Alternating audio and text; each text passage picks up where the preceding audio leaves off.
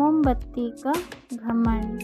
बहुत समय पहले की बात है। एक शांत सुंदर और छोटे से गांव में एक पुराने लकड़ी के घर के अंदर एक पीली सी मोटी मोमबत्ती रखी थी।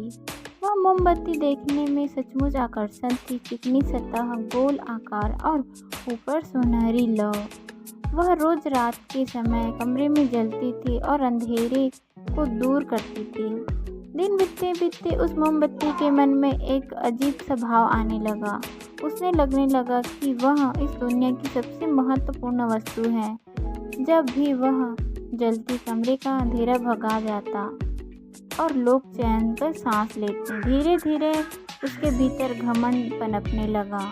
वह सोचती, देखो, मेरे बिना तो यह कमरा अंधेरे में डूब जाएगा।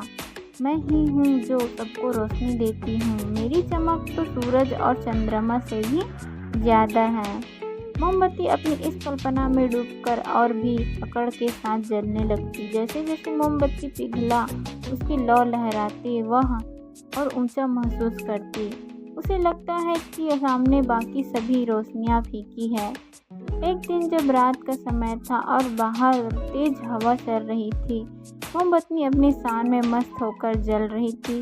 तभी खिड़की से एक तेज झोंका आया और उसकी लौ झट से बुझ गई। मोमबत्ती को यह बहुत बुरा लगा।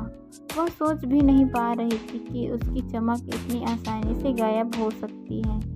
कुछ ही देर बाद घर का मालिक आया। उसने मोमबत्ती को फिर से जला दिया। मोमबत्ती ने सोचा, चलो मैं फिर से रोशनी बिखेर रही हूँ, मेरी ताकत को देखो। लेकिन किस्मत को कुछ और ही मंजूर था। थोड़ी देर बाद फिर से हवा तेज आई, तेज झोंका आया और लौ बुझ गई।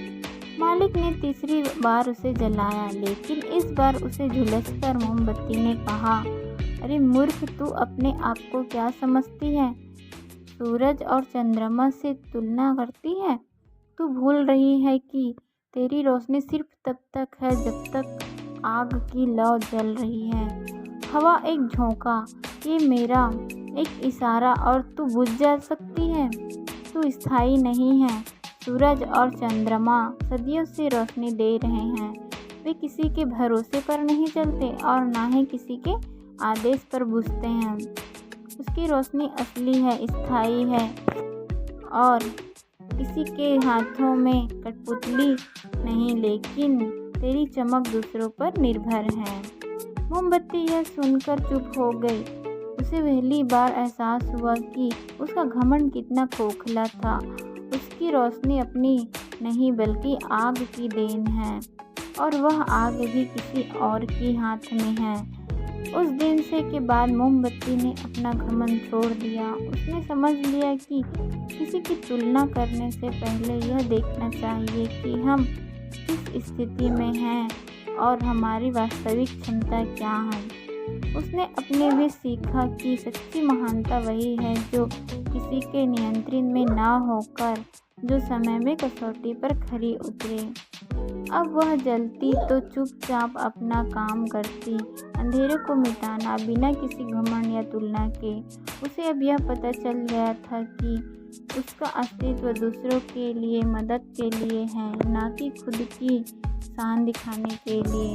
और इस तरह वह छोटी सी मोमबत्ती एक बड़ी सी सीख का प्रतीक बन गई। जिस शक्ति पर हम घमंड करते हैं वह किसी और के हाथ में है, तो वह शक्ति नहीं, बस उधार की रोशनी है। जिंदगी का जादू। प्रेरणादायक कहानी। एक व्यक्ति था जो जीवन में बहुत अमीर, जल्दी अमीर और शक्तिशाली बनना चाहता था। उसे किसी ने बताया कि एक घने जंगल में एक जादूगर रहता है जो अगर किसी को अपना शिष्य बना ले तो उसे ऐसी शक्तियाँ मिल जाती है जिससे जीवन में जो चाहो पा सकते हो। यह सुनते ही उस व्यक्ति का मन लालच से भर गया। उसे लगा यही है शॉर्टकट जिंदगी बदलने का। एक सुबह वह कंधे पर एक बैग टांग कर जंगल की ओर निकल पड़ा। उसमें कुछ खाने पीने का सामान और रास्ते में जादूगर के लिए कुछ उपहार भी थे। खाकर मांस, क्योंकि उसे बताया गया था कि जादूगर मांसाहारी है। जंगल में गहरा और डरावना होता है जा रहा था। शाम होने को थी, सूरज ढलने लगा था। उजाला धीमे धीमे अंधेरे में बदल रहा था। चलते चलते उसकी मुलाकात एक बूढ़े व्यक्ति से हुई। उसने पूछा, बाबा, क्या सच में इस जंगल में कोई जादूगर रहता है जो जादू सिखा देता है? बूढ़ा मुस्कुराया और बोला, हाँ बेटा, रहता तो है, लेकिन एक बात ध्यान रखना, जंगल जितना घना है उतना ही खतरनाक भी है। अंदर एक शेर भी रहता है जो किसी का भी वक्त हमला कर सकता है, संभाल के जाना। ये सुनकर व्यक्ति थोड़ा डर गया, लेकिन लालच उसके डर पर भारी पड़ गया। वह धीरे धीरे सावधानी से आगे बढ़ता रहा। संयोग में शेर नहीं मिला, लेकिन कुछ ही दूरी पर जादूगर की कुटिया दिखाई दी। मन में खुशी की लहर दौड़ पड़ी। वह दौड़ते हुए जादूगर के पास गया और बोला, महाराज, मैं जादू सीखना चाहता हूँ, कृपया मुझे शिष्य बना लें। जादूगर ने उसे ऊपर नीचे से देखा और कहा, पहले खुद को शुद्ध कर। 100 मीटर की दूरी पर एक तालाब है, वहां जाकर स्नान करो, फिर लौट कर आओ। व्यक्ति तालाब की ओर गया, स्नान किया और फिर ताजगी से भरकर जादूगर के ओर लौटने लगा। तभी अचानक झाड़ियों में हलचल हुई और एक शेर निकलकर उसकी ओर दौड़ पड़ा। वह डर से कांप उठा और अपनी जान बचाने के लिए दौड़ पड़ा उसी दिशा में जहां जादूगर था। जादूगर ने उसे देखा, पास बुलाया और जैसे ही वह पास आया, उसके कंधे पर टंगा बैग छीनकर झाड़ियों की ओर फेंक दिया। शेर उस बैग के पास गया, मांस सूंघा, खाया और शांत होकर चला गया। व्यक्ति थर थर काँप रहा था। उसने राहत की सांस ली और जादूगर से कहा, धन्यवाद महाराज जी, मैंने आपकी जान बचाने के लिए मांस लाया था। जादूगर मुस्कुराया और बोला, बेटा, जान मेरी नहीं तुम्हारी बचाई है। फिर तुम्हारे पीछे नहीं दौड़ता था, उस मांस की गंध किसके पीछे भागा था? अगर तुम घबराकर भागने की बजाय वहीं बैग फेंक देते तो फिर तुम्हें कुछ नहीं कहता। व्यक्ति कुछ क्षण चुप रहा, फिर बोला, अब मुझे जादू नहीं सीखना महाराज, जो सीखना था वह मिल गया। और वह झुककर प्रणाम करके लौट गया। वापसी के रास्ते में वह सोच रहा था कि जादूगर ने जादू नहीं, जिंदगी का सबसे बड़ा जादू सिखा दिया। तो सीख, जब भी हम जीवन में किसी की संकट या समस्या के घिर जाते हैं तो हमें घबरा जाते हैं, भागते लगते हैं। हम यह सोचने लगते हैं कि समस्या बहुत बड़ी है, जबकि समस्या असल में समाधान हमारे पास होता है।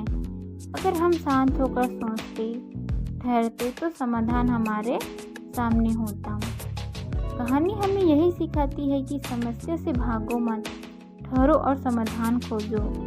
दूर बाहर नहीं, अंदर है। अपने विचार हमें इस पर प्रकट कीजिए। मोमबत्ती का घमंड। बहुत समय पहले की बात है। एक शांत, सुंदर और छोटे से गांव में एक पुराने लकड़ी के घर के अंदर एक पीली सी मोटी मोमबत्ती रखी थी। वह मोमबत्ती देखने में सचमुच आकर्षक थी। चिकनी सतह, गोल आकार और ऊपर सुनहरी लौ। वह रोज रात के समय कमरे में जलती थी और अंधेरे को दूर करती थी। दिन बीतते बीतते उस मोमबत्ती के मन में एक अजीब सा भाव आने लगा। उसे लगने लगा कि वह इस दुनिया की सबसे महत्वपूर्ण वस्तु है। जब भी वह जलती, कमरे का अंधेरा भगा जाता और लोग चैन कर सांस लेते। धीरे धीरे उसके भीतर घमंड पनपने लगा। वह सोचती, देखो, मेरे बिना तो यह कमरा अंधेरे में डूब जाएगा। मैं ही हूँ जो सबको रोशनी देती हूँ। मेरी चमक तो सूरज और चंद्रमा से भी ज़्यादा है। मोमबत्ती अपनी इस कल्पना में डूबकर और भी पकड़ के साथ जलने लगती। जैसे जैसे मोमबत्ती पिघला, उसकी लौ लहराती, वह और ऊंचा महसूस करती। उसे लगता है कि सामने बाकी सभी रोशनियां फीकी है। एक दिन जब रात का समय था और बाहर तेज हवा चल रही थी, मोमबत्ती अपनी शान में मस्त होकर जल रही थी। तभी खिड़की से एक तेज झोंका आया और उसकी लौ झट से बुझ गई। मोमबत्ती को यह बहुत बुरा लगा। वह सोच भी नहीं पा रही थी कि उसकी चमक इतनी आसानी से गायब हो सकती है। कुछ ही देर बाद घर का मालिक आया। उसने मोमबत्ती को फिर से जला दिया। मोमबत्ती ने सोचा, चलो मैं फिर से रोशनी बिखेर रही हूँ, मेरी ताकत को देखो। लेकिन किस्मत को कुछ और ही मंजूर था। थोड़ी देर बाद फिर से हवा तेज आई, तेज झोंका आया और लौ बुझ गई। मालिक ने तीसरी बार उसे जलाया, लेकिन इस बार उसे झुलसकर मोमबत्ती ने कहा, अरे मूर्ख, तू अपने आप को क्या समझती है? सूरज और चंद्रमा से तुलना करती है? तू भूल रही है कि तेरी रोशनी सिर्फ तब तक है जब तक आग की लौ जल रही है। हवा एक झोंका, ये मेरा एक इशारा और तू बुझ जा सकती है। तू स्थायी नहीं है। सूरज और चंद्रमा सदियों से रोशनी दे रहे हैं। वे किसी के भरोसे पर नहीं चलते और ना ही किसी के आदेश पर बुझते हैं। उसकी रोशनी असली है, स्थायी है और किसी के हाथों में कठपुतली नहीं, लेकिन तेरी चमक दूसरों पर निर्भर है। मोमबत्ती यह सुनकर चुप हो गई।